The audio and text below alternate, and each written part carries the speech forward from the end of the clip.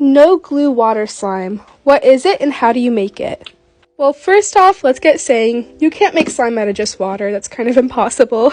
I wish you could. That would be so cool if you could make slime just out of water, but you can't do that. But you can make slime out of other household ingredients, like hand soap or shampoo. Like in my newest YouTube video, I showed you guys how to make no glue clear slime with just hand soap, and it turned out great. And it does get foggy after a little bit, but it is a great no glue slime recipe. But you can kind of make water slime out of water and soap if you mix them together. That would make a really nice consistency, but it couldn't be as thick as this. But it would kind of be similar to the no glue soap slime recipe.